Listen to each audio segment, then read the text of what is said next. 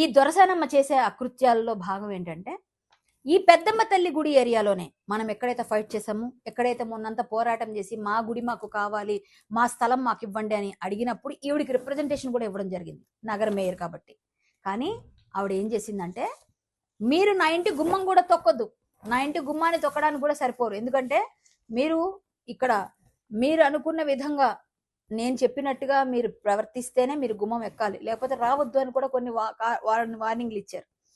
ఆవిడ పెద్దమ్మ తల్లి గుడికి సహాయం చేయదు, కానీ 1500 గజాలు మాత్రం 1993 నుంచి ఇక్కడ మేము రెసిడెంట్గా ఉన్నాం, ఇక్కడే ఉన్నాం, కాబట్టి మీరు మాకు రెగ్యులరైజేషన్ చేయాలి.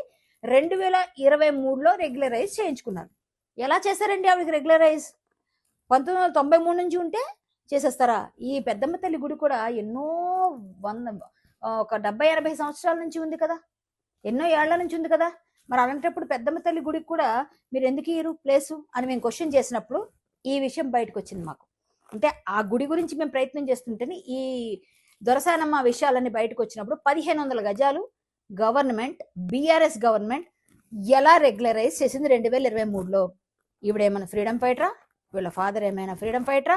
వీళ్ళ తాతగారు ఏమైనా ఫ్రీడమ్ ఫైటరా? పోను ఒకవేళ తాతగారి సంగతి నాకు తెలియదు, పక్కన పెడదాం, ఆయన ఉండున్నారు ఉండకపోతే పక్కన పెడదాం, వీళ్ళిద్దరి సంగతి ఏంటండి? వీళ్ళకి ఎందుకు 1500 గజాలు ఎంతకి ఇచ్చారండి? గజం 350 రూపాయలు. ఇక్కడ చూస్తే 350 రూపాయలు ఉంది ఈ డాక్యుమెంట్లో. 350 రూపాయలు చెప్పిన గజాన్ని పొందడానికి చాలా పేద స్థితిలో ఉన్న ఈ దొరసానికి మన గవర్నమెంట్ 2023లో కట్టబెట్టారు.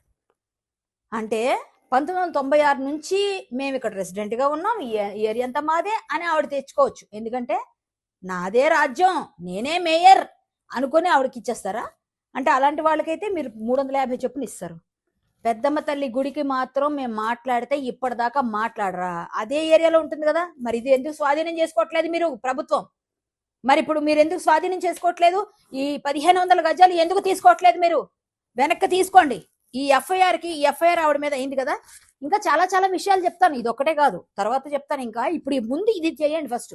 ఈ ఎఫ్ఐఆర్ని చూసి ఈ ఎఫ్ఐఆర్ లో భాగంగా ఎన్నైతే ఉన్నాయి ఇవన్నీ కూడా ఎలిగేషన్స్, మీరు ఎందుకు ఆవిడ మీద యాక్షన్ తీసుకోవట్లేదు గవర్నమెంట్?